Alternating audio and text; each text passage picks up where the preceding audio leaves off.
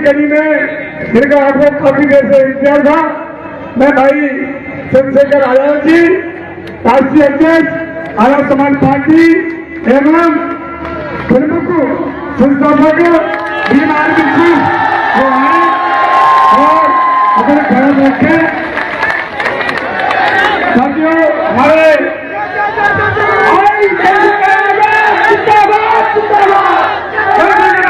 संघर्ष करो, चंद्रशेखर आजाद जी संघर्ष करो, चंद्रशेखर आजाद जी संघर्ष करो।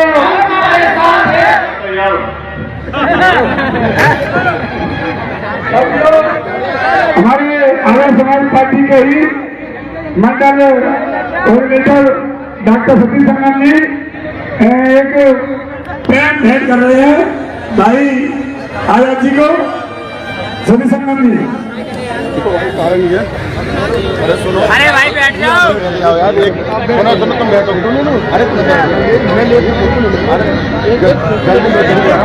सम्मानित साथियों, आज टेढ़ी बलिया की इस पावन धरती पर फिर से एक इतिहास दिखाया जा रहा है।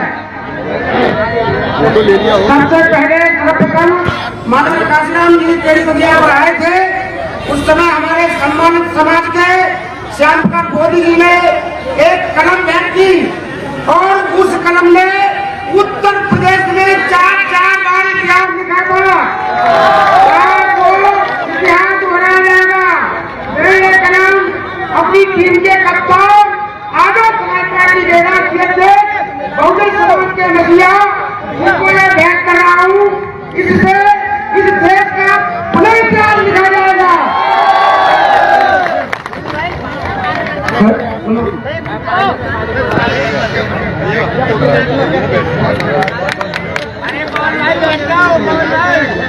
और एक छात्रा है कुमारी करिश्मा, वो भाई को स्वागत करना चाह रही है।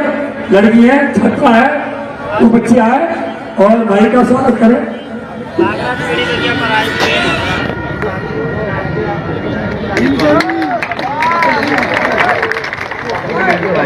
फोटो कैसा है? फोटो कैसा है?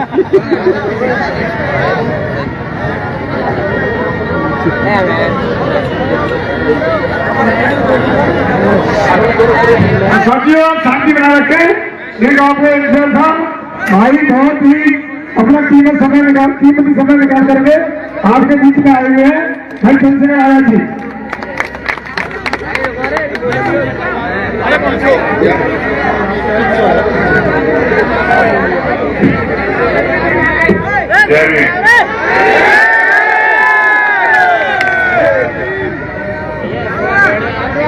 सर्वप्रथम तो यहाँ की टेढ़ी बगिया जो ये एक महत्वपूर्ण स्थल है, यहाँ की जो कमेटी जिन्होंने ये इतना महत्वपूर्ण प्रोग्राम रखा और मुझे भी अवसर दिया यहाँ बुलाने का, मुझे बुलाया यहाँ, आप लोगों को भी अवसर दिया कि हम लोग बात कर सकें। मैं उस पूरी कमेटी का, उस कमेटी के अध्यक्ष श्याम प्रकाश मोदी जी का धन्यवाद करता हूँ। उसके साथ साथ इस मंच पर उपस्थित विभिन्न दल संगठन पार्टियों से जुड़े हुए सभी सम्मानित साथियों का भी मैं धन्यवाद करता हूँ। मैं आपको बड़े बड़े भाषण देने के मूड में आज नहीं, मुझे आपसे कुछ जरूरी बातें करनी है और मैं उम्मीद करता हूँ कि आप मेरी बात को गौर से सुनेंगे। सुनना इसलिए भी जरूरी है कि जब आप सुनेंगे तभी आप समझेंगे और जब आप समझ जाएंगे तभी आप आगे काम करेंगे। आज 13 अप्रैल हम यहाँ सब लोग बाबा साहब डॉक्टर भीमराव अम्बेडकर जी की जयंती का जो उत्सव उसे मनाने के लिए इकट्ठा हुए हैं। लेकिन अगर आप इस पूरे महीने को देखोगे तो शायद आपको एहसास होगा कि पूरे महीने में महापुरुषों ने जन्म लिया, और अगर जन्म नहीं लिया तो उनकी शहादतें हुई हैं, उनको वो शहीद हुए, उनका परिनिर्वाण हुआ। तो अपनी बात को शुरू करते हुए करुणा के सागर तथागत गौतम बुद्ध, संत शिरोमणि सद्गुरु रविदास जी महाराज भगवान वाल्मीकि महाराज, गुरु नानक देव, संत कबीर, आप सभी गुरुओं संतों को नमन करते हुए परम पूजनीय विश्व रत्न डॉक्टर बाबा साहब भीमराव अम्बेडकर जी की 131वीं जयंती के उपलक्ष्य में रखा हुआ ये प्रोग्राम। साथियों, इसी महीने में राष्ट्रपिता ज्योतिबा फूले, जो शिक्षा के क्रांति के अगर दूत हुए, जनक हुए, उनकी भी जयंती थी बाबा साहब अम्बेडकर से 3 दिन पहले 11 अप्रैल को। इसी महीने में सम्राट अशोक की भी जयंती थी। इसी महीने में आज आरक्षण के पिछड़े वर्ग के लोगों को आरक्षण मिले, इसके जो जनक, जिनको जो मंडल कमीशन के आयोग, मंडल आयोग के जो अध्यक्ष थे बीपी मंडल जी की आज जो है परिनिर्वाण दिवस भी। उसके साथ साथ भारत में आज के दिन जलियांवाला बाग हत्याकांड भी हुआ था, इतने लोग शहीद हुए। अगर हम तिथियों पर जाएंगे तो मुझे लगता है कि पूरी रात बीत जाएगी, मैं आपको गिनाता रहूंगा और आप लोग गिनते रहेंगे। लेकिन उससे भी आगे बढ़ के वर्तमान के जो हालात, उन हालात पे चर्चा बहुत जरूरी। हम लोग यहाँ इकट्ठे हुए, मैंने, हमारे साथियों ने बाबा साहब के चित्र पे माल्यार्पण किया, पुष्प चढ़ाए, हम लोगों ने अच्छे अच्छे भाषण दिए और हम लोग घर चले गए। इससे कुछ नहीं बदलेगा। हमें महापुरुषों के अगर विचारधारा पे जब तक हम लोग नहीं चलेंगे, महापुरुषों के रास्ते में हम नहीं चलेंगे, तब तक उनकी जयंती मनाने का कोई मतलब नहीं रहता है। मैं तो धन्यवाद देता हूं आगरा के लोगों का। बाबा साहब तो आगरा की धरती पे रोए थे और यहां से पूरी दुनिया में रहने वाले अपने अनुयायियों को संदेश भी देके गए। लेकिन मैं भी पिछले 3 साल से इंतजार कर रहा था कि भीमनगरी जाने का मुझे मौका मिले, और इस बार मैंने आजाद समाज पार्टी उत्तर प्रदेश के प्रदेश अध्यक्ष भाई सुनील चित्तौड़ से कहा कि चाहे 1 दिन, 2 दिन, 4 दिन, 6 दिन, कितने दिन लग जाए भीमनगरी में, मैं इस बार सारे काम छोड़ के भीमनगरी रहूंगा, आगरा ही रहूंगा। साथियों, मैं देखना चाहता कि पूरी भारत में इसकी चर्चा है कि आगरा में भीमनगरी का प्रोग्राम होता है, और भीमनगरी के जो अवसर है उत्सव पे इतना बड़ा प्रोग्राम होता है, इतने लोग इकट्ठा होते हैं। मैं तो जानता हूं कि आगरा आपकी राजधानी, लेकिन फिर भी हर व्यक्ति के दिल में एक इच्छा होती कि भाई वो भी, उसको भी मौका मिले। मुझे आपने मौका दिया, फिर से मैं धन्यवाद करता हूं। लेकिन मैं आपको कुछ बताना भी चाहता हूं, हालात बहुत अच्छे नहीं। बाबा साहब अम्बेडकर ने, नौजवान साथी मेरी बात पे गौर करें, बाबा साहब अम्बेडकर ने कहा कि मुझे मूर्तियों में खोजने की जरूरत नहीं है, मैं किताबों में हूं। किताबों को पढ़िए, ज्ञान लीजिए। इसलिए वो लगातार शिक्षा पे जोर देते रहे। लेकिन मैं यहां बैठे हर सबसे पूछना चाहता हूं, अगर हम बाबा साहब के सच्चे न्याय, तो क्या हमने बाबा साहब के दिखाए हुए रास्ते में जाके बाबा साहब ने जो लिटरेचर दिया उसको पढ़ने का काम किया? हमारा जो इतिहास है उसको क्या हमने पढ़ने का, जानने का काम किया? और जो नौजवान साथी यहाँ बैठे, जिनको रीढ़ की हड्डी बनना है इस आंदोलन की, जिनको बाबा साहब के अधूरे सपने को पूरा करना है, मैं उन साथियों को भी कहना चाहता हूं कि जब तक आप पढ़ेंगे नहीं, समझेंगे नहीं, जानेंगे नहीं और अपने आप को समर्पित नहीं करेंगे अपने महापुरुषों के सपने के लिए, तब तक ये गुलामी की जिंदगी आपके जीवन से कटने वाली नहीं है। मेरी बात को याद रखना। मैं ये भी, मुझे इस बात में भी ऐसी आती है कि मेरा समाज दुख पे भी हंसता है, खुशी पे तो उसको मौका मिल ही जाता हंसने का। वो इस बात में भी हंसता है कि जब मैं बहुत दुख की बात बताता हूँ वो तब भी हंसता है, और अगर कहीं मैं कोई खुशी की बात बता दूं तो उसको भी हंसता है। मैं फिर कह रहा हूं कि ये जमाने में बैठे हुए वो लोग जो चाहते हैं कि आपके चेहरों में हंसी ना है, वो आपके ऊपर रोज हंसते हैं, लेकिन उनकी हंसी आपको दिखाई नहीं देती, क्योंकि आपके और उनके बीच में एक बहुत बड़ा गैप। जब तक आपको उनकी हंसी नहीं दिखाई देगी, वो जो आपको अपमानित करने के तरीके ढूंढते वो आपको नहीं दिखाई देंगे, तब तक उन तरीकों को आप बदल भी नहीं पाओगे। अभी बहुत सीनियर मेंबर प्रकाश सिंह भारती जी, मैंने उनके बारे में बहुत कुछ सुना। उन्होंने कहा, वो बार बार जिक्र कर रहे थे कारवा का। उन्होंने कहा कि बाबा साहब ने यहां की धरती से कहा कि मैं बड़ी मुश्किल से तमाम तरह के अपमान कठिनाइयां सह कारवा को यहां तक लाया। अगर आप इसको आगे नहीं ले जा सकते तो मेरे बच्चों इसको पीछे मत जाने देना। ये यहां बाबा साहब ने धरती में कहा। मैं बस ये कहना चाहता हूं कि एक इजराइल में पैगंबर हुए हैं, पैगंबर मूसा, वो यही काम करते थे इजराइल में कि जो शोषित वंचित वर्ग है उन लोगों को जगाने का, उनकी लड़ाई को आगे बढ़ाने का, उनको इकट्ठा करने का काम करते थे। जब पैगंबर मूसा चले गए, उनके जाने के बाद उनके अनुयायियों ने 10 साल के अंदर अपने महापुरुष का, अपने पैगंबर का सपना पूरा करके दिखा, गुलामी की बेड़ियां काट दी।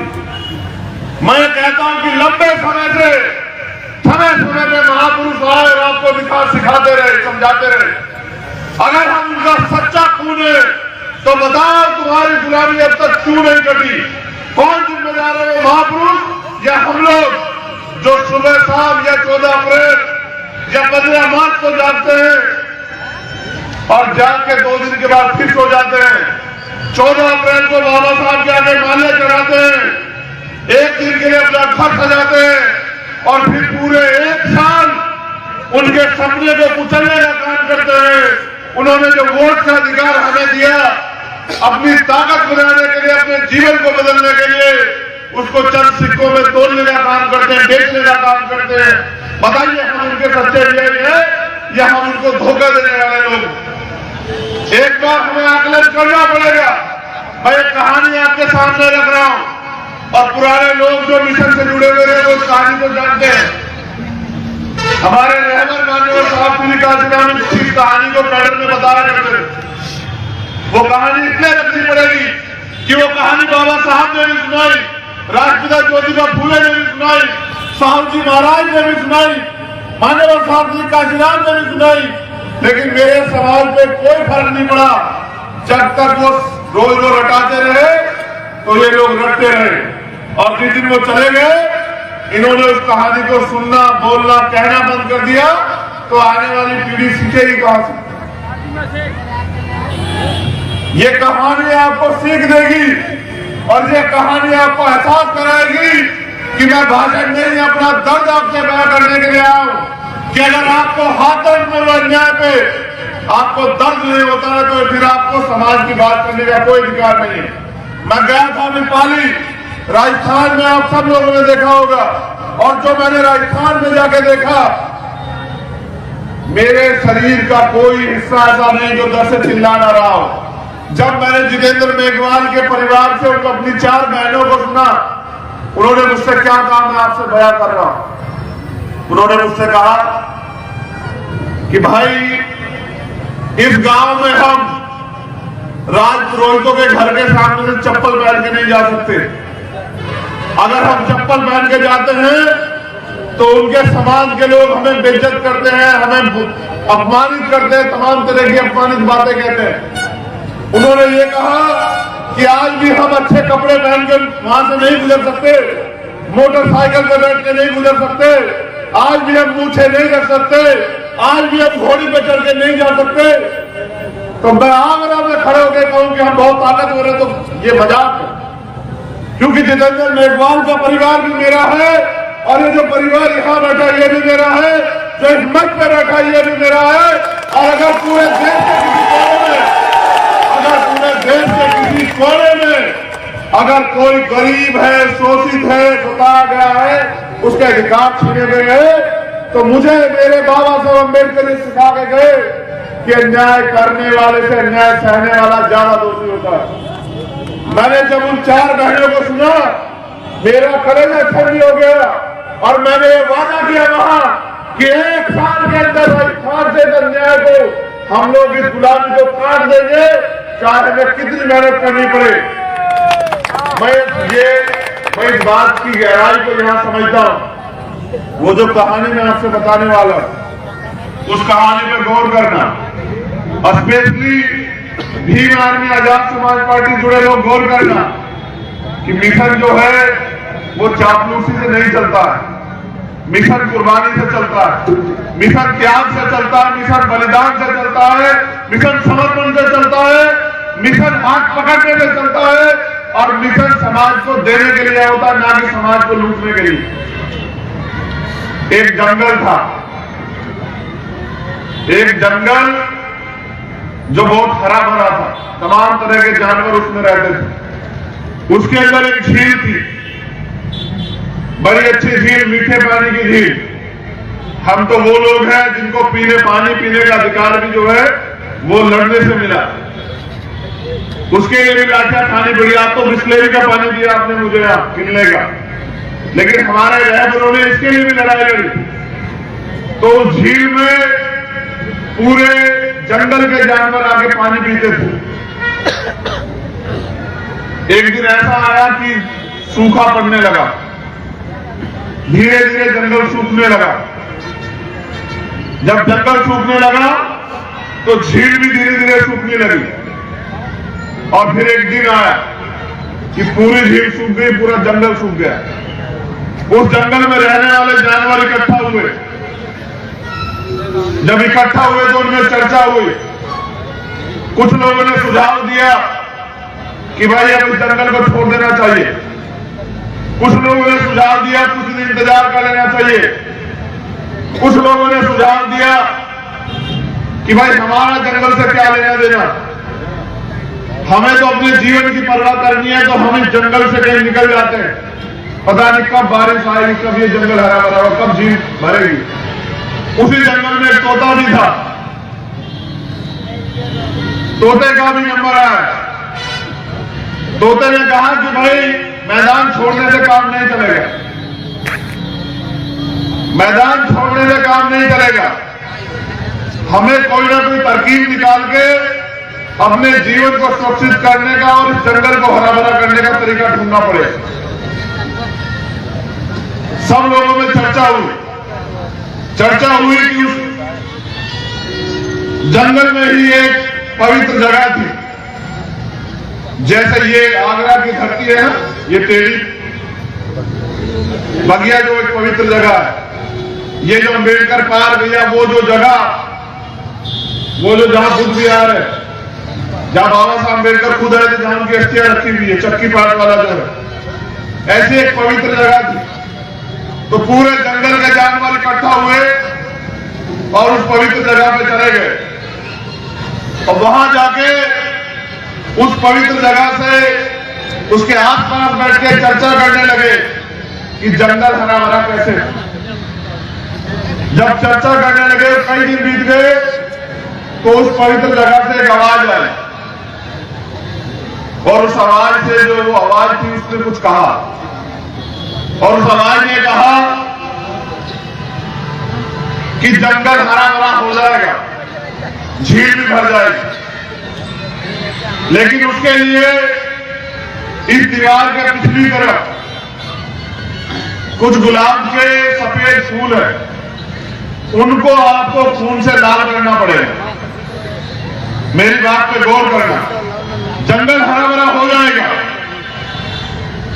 झील भी भर जाएगी, लेकिन इस दीवार के पिछली तरफ कुछ सफेद फूल है जिनको आपको अपने खून से लाल करना है। अब चर्चा शुरू हुई। किसी ने कहा अगर खून भी दे दिया ना जंगल हरा भरा हुआ तो।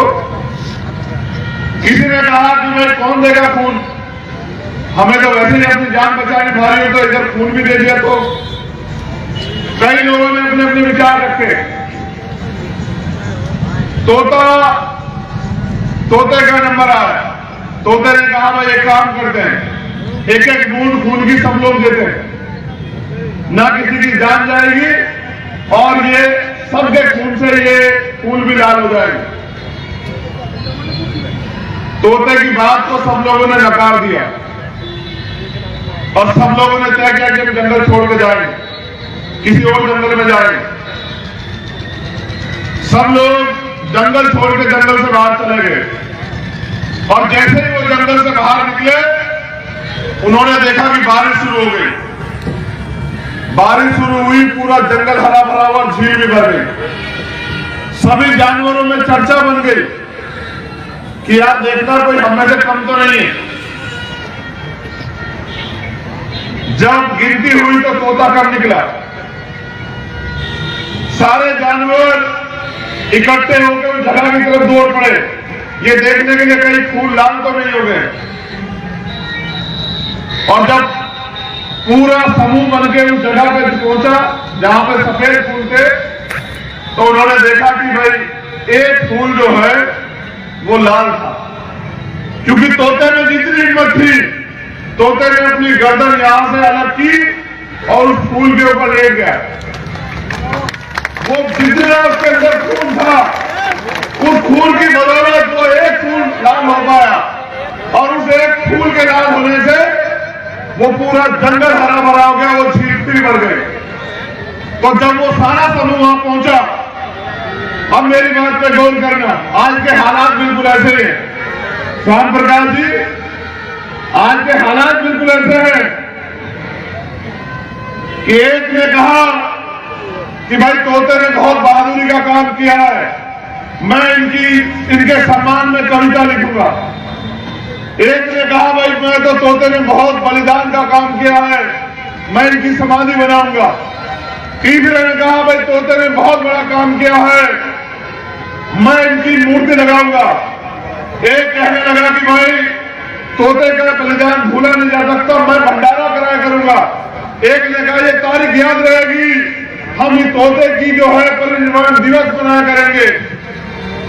और सबके सब जो है अपनी बात को इस तरह कहते गए। मैं इस कहानी के सार पे आता हूं। अगर आप ये सोचते हैं कि बिना करे कुछ मिल जाएगा, बिना त्याग करे बलिदान के संघर्ष के कुछ मिल जाएगा, तो ये बस आपकी काल्पनिक सोच है। इतिहास गवाह है, हमने हर चीज लड़ के ली है और हमारा हौसला पहाड़ से भी ज्यादा बुलंद है, हमारा हौसला समुद्र से भी ज्यादा गहरा है। आप 14 अप्रैल को मूर्ति पे माला चढ़ाने से अच्छा अगर महापुरुषों के दिखाए रास्ते पे चलोगे। तोते पहले भी आए, राष्ट्रपिता ज्योतिबा फूले के रूप में, साहू जी महाराज के रूप में, बाबा साहब अम्बेडकर के रूप में, मान्यवर साहब काशीनाथ के रूप में, लेकिन हमारे समाज के लोग तोते की बात नहीं मानते। वो तो तोते की मौत का इंतजार करते हैं।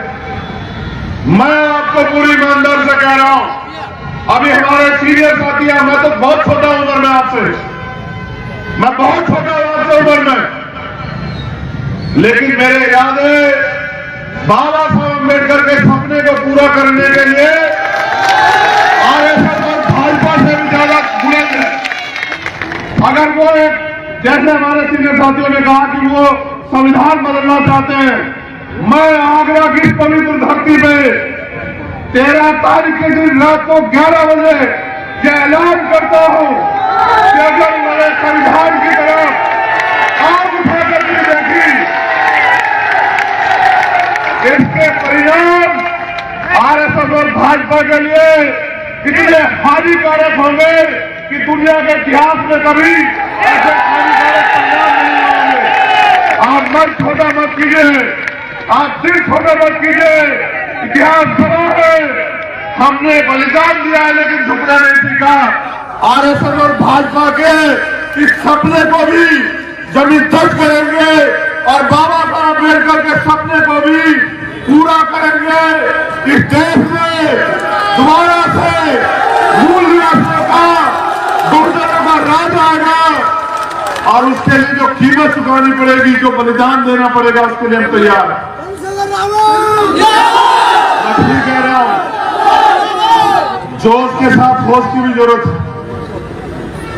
साथियों, तोता फिर आज आपसे कुछ कह रहा है। लड़ाई सेवक से शासक बनने की जंग है ये, और मैं आपसे ताकत मांगने के लिए आया हूं। अगर आप मुझे करने के लिए आए हैं, मैं अपना खून होने के नाते इस समाज का बेटा होने के नाते एक गरीब परिवार से संघर्ष की लड़ाई को जो लड़ने के लिए आने मेरी इच्छा थी और मैं बस आपसे ये कहना चाहता हूं कि हालात सामान्य नहीं, इन हालातों में हमें एक दूसरे की जरूरत है, इन हालातों में हमें एकजुट होने की जरूरत है, इन हालातों में हमें अपनी ताकत बनाने की जरूरत है और इन हालातों में हमें दुश्मन को संदेश देने की जरूरत है कि वो अपनी औकात में रहे, वो ये ना भूले कि ये डॉक्टर बाबा साहब अम्बेडकर का देश है, ये मानवतावादी सोच का देश है, वो अपने गलत इरादों को भूल जाए। हमें मान सम्मान का जीवन जीने का अवसर अगर कहीं से मिला है तो संविधान से मिला। हम जानवरों जैसा जीवन जीते थे, आज हमें समान अवसर मिले हैं। क्या आप चाहते हैं समान अवसर खत्म हो जाए? आज जो माहौल बना के इस देश के मुसलमानों के प्रति जो नफरत की आंधी चलाई जा रही है, जो माहौल खराब किया जा रहा है, मैं फिर यहां से कह रहा हूं, आगरा की धरती से बाबा साहब अम्बेडकर का खून होने के नाते उन्होंने कहा था, जो मैंने आपको पहले भी बोला कि अन्याय करने वाले से अन्याय सहने वाला ज्यादा दोषी है। मैं फिर यहां से भी कह रहा हूं धरती से इस देश के मुस्लिम समाज के भाइयों के लिए कि वो घबराए ना, वो कमजोर न माने, पूरा अम्बेडकर वाली के साथ खड़ा है। इस सरकार की बारात घरों भी खिला देंगे, एक से एक बजा देंगे। आप मेरी जिंदाबाद करने के बजाय मुझे लड़ने की ताकत दीजिए और अपने दोस्त से बुलंद रखिए। इस देश में संविधान है और जब तक संविधान है कोई आपके मान सम्मान के साथ खिलवाड़ नहीं कर सकता। जो करेगा संविधान के अनुसार जो उसको सजा वो मिलेगी। मेरा एकमात्र लक्ष्य ये है, बहुत सारे तोते आएंगे, अपनी अपनी जिम्मेदारी अदा करेंगे। मुझे मेरी जिम्मेदारी समझ आ गई है, मैं अपनी जिम्मेदारी अदा कर रहा हूं और मैं चाहता हूं कि जीते जी इस देश की सर्वोच्च कुर्सी पे जो दिल्ली में रखी हुई है, जो सपना था बाबा साहब अम्बेडकर और माननीय साहब काशीराम साहब का, वो जो अधूरा, मैं एक बार अपने जीवन में जीते जी इस दिल्ली की गद्दी पे बाबा साहब अम्बेडकर के अनुयायियों को देखना चाहता हूं। मैं यही बताने के लिए आपको यहां आया। मैं जीती जिंदगी खुली आंखों से जो सपना हमने देखा है कि बाबा साहब ने जो रोते हुए कहा था आगरा में कि मुझे मेरे पढ़े लिखे लोगों ने धोखा दिया, मैं बाबा साहब का जो अधूरा सपना है आप सबके सामने इस बात की गवाही दे रहा हूं कि उस सपने को पूरा करने के लिए अपने लहू का एक कतरा जो है इस आंदोलन में समर्पित करने के लिए तैयार हूं और मुझे कोई फर्क नहीं पड़ता। मैं फिर कह रहा हूं, मुझे कोई फर्क नहीं पड़ता कि लड़ाई कितनी लंबी हो और कितनी कठिन हो, कोई फर्क नहीं पड़ता, क्योंकि हमारा एकमात्र सपना यही है कि बहुत दिन हो गए इन शोषितों को आंसू बहाते, इन शोषितों को रोते चिल्लाते, लेकिन इनके आंसू किसी ने नहीं पूछे। अब इन शोषितों को अपनी लड़ाई को मजबूत करने के लिए खड़ा होना पड़ेगा, अब इनको जिम्मेदार बनना पड़ेगा, अब इनको ताकतवर बनना पड़ेगा, अब इनको अपने देश की बागडोर अपने हाथ में लेनी पड़ेगी, तब जाके देश में भाईचारा कायम होगा। तो बहुत बहुत धन्यवाद दोबारा से सम्मानित साथियों का, भीम आर्मी आजाद समाज पार्टी के पदाधिकारियों साथियों का, यहाँ की सभा के जो आज के अध्यक्ष हैं उनका, यहाँ उपस्थित हमारे तमाम बहनों का, माताओं का, बच्चियों का, नौजवान साथियों का धन्यवाद करता हूँ और आपसे अपील करता हूँ कि समय बहुत कम है, थोड़ा जोर लगा दो, कुछ को मैं लगाता हूँ, कुछ को आप लगा दो। बहुत बहुत धन्यवाद। जय भीम, जय भारत, जय मंडल, जय संविधान और 14 अप्रैल की बाबा साहब अम्बेडकर जी की जयंती की आप सब लोगों को बहुत बहुत बधाई। आप सबका मंगल हो। बहुत बहुत धन्यवाद।